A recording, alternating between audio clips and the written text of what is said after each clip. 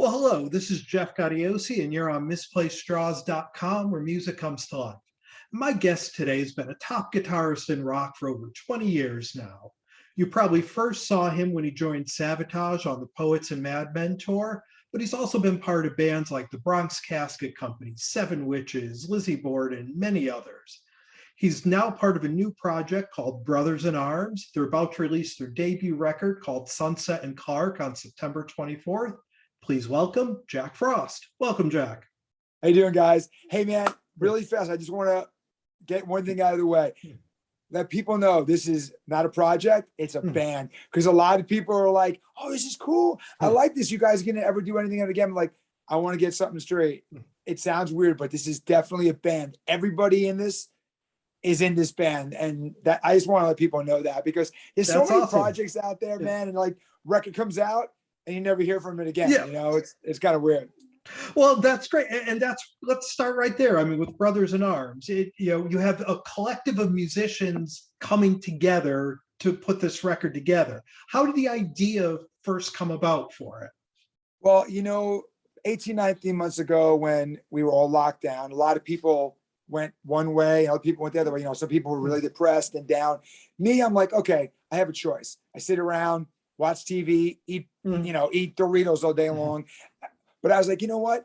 Maybe I'll use this time, smart, and I'll go back down to my studio and I'll pick up my guitar, something I haven't done in like 20 years, and just practice on my playing. Like, don't get me wrong, I practice when I have to tour, but it's like learn the songs and go. I haven't had a chance to work on me, my sounds, my feel. So I just started to, the cool thing about this was Alexandro Del Vecchio from Frontiers. He called me up about 18 months ago and go, listen, I'm doing Ronnie Monroe's record call. And I was like, oh, cool. World, I'm like, he's doing like a solo record, Beyond Worlds. And I'm like, that's what he called it, but it was still his solo record. And he goes, hey, I want you to play some solos on it. So he sent me tracks and I started to really get into it. And then Rev Jones sent me some songs to play on. And that's what kind of got me going, like, you know what, man, I'm really enjoying this. I started to come up with some riffs, and I just started to watch this baby start to give birth. I was like, oh, this is kind of cool. And, in the back of my mind, I had guys I've always wanted to work with, friends of mine. And that was like the beginning of it all. Well, and that's kind of where I was going to go. Did you have a wish list of, these are guys I really want to work with, or as you were putting it together, did you kind of come in contact with people and say, hey, you want to be part of this? I've always had a wish list of people I work with. Unfortunately, some of them are no longer with us. But I guess what it was Carl from Diamond Head, our drummer. We've been joking around for years. We got to do something together. And Charlie Calver, keyboard player from Angel, we've played together for 20, 30 years together. Alex Jansen, he was playing bass for John Beauvoir, and I played with John, and we kind of met at NAMM. And those guys were like the three guys that like, we got to do something. We got to do something really special. And that's how it kind of happened. And as for the singers, I've been fans of these guys forever. It was really easy with Keith St. John. I do the Ronnie Montrose Remember thing. And Keith keeps that alive. And he's such a great front man. Andrew Freeman from Last in Line. He's another guy that I grew up with on the, he's an East Coast guy that moved out West Coast. I mean, so is Keith. It's funny. A lot of those guys moved out, to the West. And they were just guys I've always wanted to work with, like Todd Poole from Roxy Blue, Steve Overland from FM, Jesse Damon from Silent Rage. And I mean, like Paul Sciortino from Rough Cut. That was one that I was always like, that's the Duke, man. A lot of people, and then there's a guy that a lot of people may not know in my area called Nick Walsh. He sings for Slick Toxic, Moxie. What a great singer, dude. And, it's funny, like there's this Canadian side of music, Harem Scarum, Haywire, and people don't really kind of know those bands. And like Harem Scarum should have been bigger than Bon Jovi. They're a great band. I mean, Harry is such a great singer. Peter Lesperance, what a great guitar player. So these are guys I've always looked up to. I mean, I'll be honest with you, I'm a fan of what they do. And that's really how it all got, it came together. And as you're creating it, as you're writing the songs, are you writing with the individual guys that are on the songs with the singer, or are you writing thinking, you know what, this would be perfect for Keith St. John to sing? It's a little bit of both, to be honest with you. Like Paul Sciortino's song, we talked about, I know Rough Cut was looking for, King Cobra was looking for a guitar player at the time. And I'm really dear friends with Carmine. And my name gets put into the mix a little bit here and there sometimes. And I thought of Sciortino's voice and I wrote the song, and that's how he came. Keith was easy, man. Keith and Andrew were easy. Like I would send them riffs and those guys would just send me back hooks and like, I got this. And then they're like, hey, why don't you try this? So some songs were written like, Todd Poole's song from Roxy Blue, he sang on 2 tracks. He has that Memphis growl and that swagger. So it's a little bit of both, man. It's kind of hard to say. And again, I just want people to know this. I didn't write the songs. It's a collective of the band. Maybe I came up with a riff, but everybody, and there was, I know people, well, how do you do that? Like, aren't there too many Chiefs, no Indians? You know what? It was never like that. Yeah. Those guys' ideas were so special and they brought so much to the fold. I don't think people realize how amazing Keith St. John is. The guy is he's beyond a rock star, but he's an amazing songwriter, amazing producer. And the video we just put out, he did the whole video. I mean, Freeman's like that too. I mean, Steve Overland, City Never Sleeps.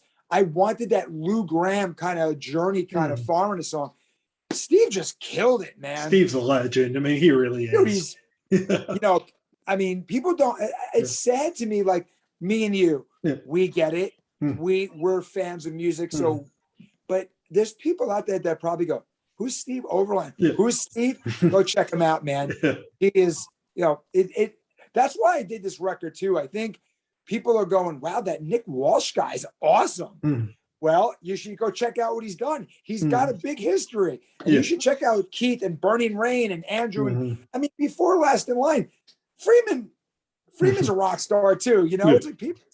It's like people need to open up a little bit and check out some cool stuff out there. Yeah, there's plenty of it out there if you look. And hopefully a record like this, like I said, will get people looking at the individual musicians and discovering their catalogs as well. Yeah. That's why I hope, because, that's why I hope they understand that. Like, and I try to push this on interviews. Like, I don't want people to think, okay, this is a Jack Frost show. Yeah. It's all about Jack. It's so not about me. It's really about, I just came up with these riffs and these songs, and I let these guys take their art. And, I said this in every interview. Here's a canvas. I drew a couple of lines. These guys made the picture come real. Yeah. And you mentioned, and I was really glad to hear at the beginning, that this is a band, this, as opposed to a project. What do you see as sort of the evolution of it? Will there be a group of guys as brothers in arms that go out and tour? Will it, kind of be different people in different stops, depending on where you are in the country? How's it going to work? That's awesome, man. You pretty much answered that question. Pretty good. But I mean, Carl, Alex, and Charlie. That's the rhythm section. That's the that's the backing, technically the backing band, right? But okay, say we were trying January because Keith always puts on the Montrose Remember during NAMM. Unfortunately, NAMM got moved to June. But we were like, so okay, let's see. We go out to the West Coast. We got Andrew's out there, Sciortino's out there, Jesse's out there, Keith's out there. So what we'll do is we'll play 4 or 5 shows on the West Coast, maybe, LA, Arizona, Portland, that kind of area. Yeah. And then we'll do the whole record start to finish. And then we'll do a mantra song. We'll do a Burning Rain song.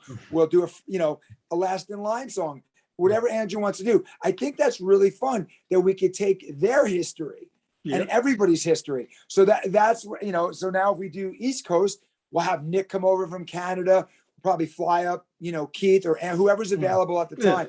So and then like for here, you got to get Todd Poole because he's right in Memphis, dude. He's not that far. So we could do like, maybe the Midwest to the East Coast. So it really works out fun where, shows are different. You have different singers and people will like that, That's great. I mean, can't wait to see it. It's what's been out from the record so far is amazing. So can't wait to get the whole thing out there and have everybody listening to it. And we mentioned Thank you. earlier just some of the other projects you've been involved in over your career. And when you joined Sabotage, that was a pretty transitional time for the band. TSO was just getting its legs. Yep. Zach Stevens and Al Petrelli left, and that's when yourself and Damon Jania came in. How did you first get involved with those guys? I have to say a lot has to go with Chris Mhm. Caffrey. He was in a band in Germany called Metallium with Mike Tirana. And I just would like to say this, the bass player and the guy that started the band, Lars Ratz, he passed away a few weeks ago. Oh, Really horrific. It's very sad, an airplane accident. He really was a big part of my career starting. Him and Chris got me over there. Like I was doing, Seven Witches. I was doing Bronx. I was doing a lot of stuff in the States. But Chris was getting ready to go on tour. It was Primal Fear, Metallium, and Synergy. And Chris, TSO was just getting the smoke, dude. They were starting to take off.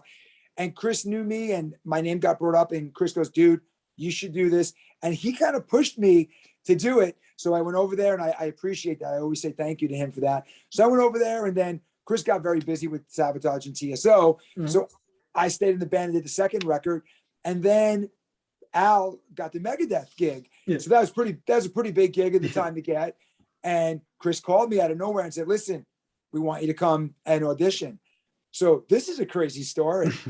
I was getting ready to do the Metallium tour, like the second record tour, and I had to turn it down. I literally could not believe I'm sitting in Germany with tears coming down my eyes going, I'm going to turn down auditioning for a band that I loved since a kid. Like Chris Oliva was one of the most amazing and still is one of the most amazing guitar players to ever walk this earth.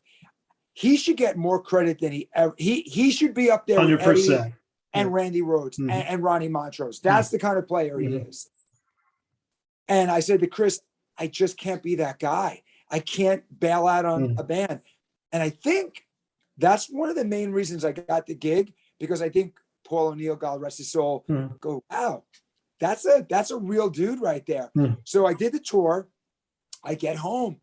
I got a call from Chris. He's like, hey, can you come down tonight? Come down tonight and audition.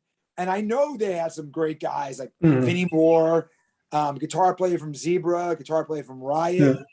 I'm like, oh, dude, these guys are, Vinnie Moore is, he's nailing the Shanker stuff. And so I went down there, I walk in the room, and there's Jeff Plate. Johnny Lee Middleton wasn't there at the time. And Chris and the Mountain King. So I walk in and we're talking, and I'm, telling them like my history, what Sabotage means to me. So we jam a couple of songs, and that was it. And so I leave there, and they say, thanks, Jack, for coming down. Great job, blah, blah, blah. You leave a room, and you're like, well, I guess I didn't get it. So I walk away. About 2 weeks go by. So I'm moving on with my life. I'm like, well, I gave it a good shot, kind of bummed, but hey, at least I got to audition. That was cool. So I go see Symphony X at L'Amour's. Chris walks in that night.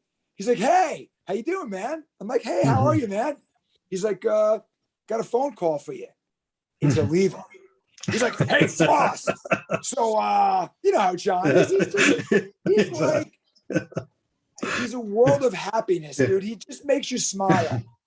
And he's like, so you want to be in Sabotage? I'm like,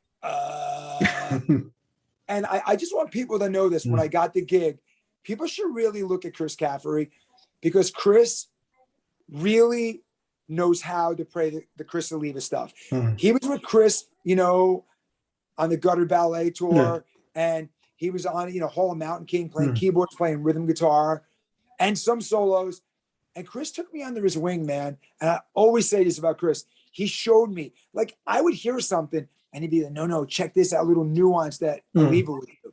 And you wouldn't know it. And that's how nice of a guy Chris is. And being in that band to this day will be some of my fondest memories. Those guys treated me great. I love those guys. They're the greatest. I'm so happy for them, how TSO's taken off. And man, they got to go out and do New Sabotage. And I always say this, nothing against Petrelli, but they should go out with Chris as a four-piece, like the old Sabotage, because man, Caffrey nails it, dude. Yeah. I mean, Petrelli's another, he's an icon, dude. That dude can play anything, but I just think Chris Caff gets it. He gets it. He gets it, you know? And I remember I actually caught that tour in Danbury, Connecticut, and you were fantastic on that. That was a great night. And you mentioned Seven Witches, and that was just a spectacular band. I mean, you had some killer players in there over the years. I mean, guys like Johnny Kelly and Joey Vera, Wade Black, and Vera's the master. He's dude. Amazing. that dude, that people don't realize. Take away his playing, just his tone. He's just, I don't know, man. He's one of those special guys. I mean, anything that will be going on with Seven Witches? Is it kind of put to rest now? Going to come back at some point? I literally got home 2 weeks ago. James Rivera rejoined the band. Oh, nice. And we just did the Alcatraz Festival. We were the only American band on the bill. So it was Udo headlining, Destruction, and we got the third slot. Wow. Dude, it was incredible. It's streamlined, 15,000 people. And Wade Black came out and sang Metal Timer with me and James. Oh, nice. So it was really cool. And actually, 6 songs are done for the new record. A new Seven Witches will come out next year. And we will definitely be touring. I mean, I don't know if everybody knows this, but I joined Aldo Nova about a year ago. Oh, really? So, I'm so honored to be a part of, talk about being part of Sabotage. Now we're part of Aldo Nova's history. I mean, I don't know if people realize Aldo was there before Bon Jovi got signed. Yeah. He was the first guy. I mean, that record came out, the Fantasy record. It was that record. It was Asia. It was Farmer to Four. That's the caliber of albums that came out that year. So we're going out on a 40th anniversary Aldo Nova tour. Oh, wow. And we're going to do a lot of hits. But Aldo is such a great songwriter. People don't know what he's been doing for the last 10 years. He's written for Celine Dion. I mean, the guy is a master of his art. And I'm leaving next Friday to go up to Montreal to shoot a bunch of videos for the next Aldo Nova records. So I'm pretty stoked, man, to be a part of. I'm going to learn so much from him. I can't wait. Well, I can't wait to catch you on the road, and we will definitely talk again when that Seven Witches record comes out, and we'll get into everything for sure, man. That's for sure. Well, we've been spending some time here with the amazing Jack Frost. The new band is called Brothers in Arms. The record is Sunset and Clark. It is out everywhere on September 24th. There's a couple singles out now. You can go and stream them and hear what this band is sounding like. I know you got Andrew Freeman singing on the first single, Keith St. John on the second. Killer tracks, man. I can't wait for the whole record to come out in a couple of weeks. And just best of luck with it. Can't wait to catch you on tour when the world opens up again. Thanks. Hey, man, listen, really important. Let people know. Go check out Beyond Worlds, Between Worlds. That's Ronnie Monroe, ex-Metal Church. Caffrey's on it. Johnny Lee Middleton's on it. Joe Holster's on it. Between Worlds is so amazing record. Check out Rev Jones' new solo record. There is so much amazing music out there right now, man. And check out the new Aldo Nova stuff. It's stellar and amazing. Looking forward to it, my friend. Jack, thank you so much. Again, thank you, Sunset brother. and Clark everywhere, September 24th. Have a good one, man. You too, man. Bye. Bye.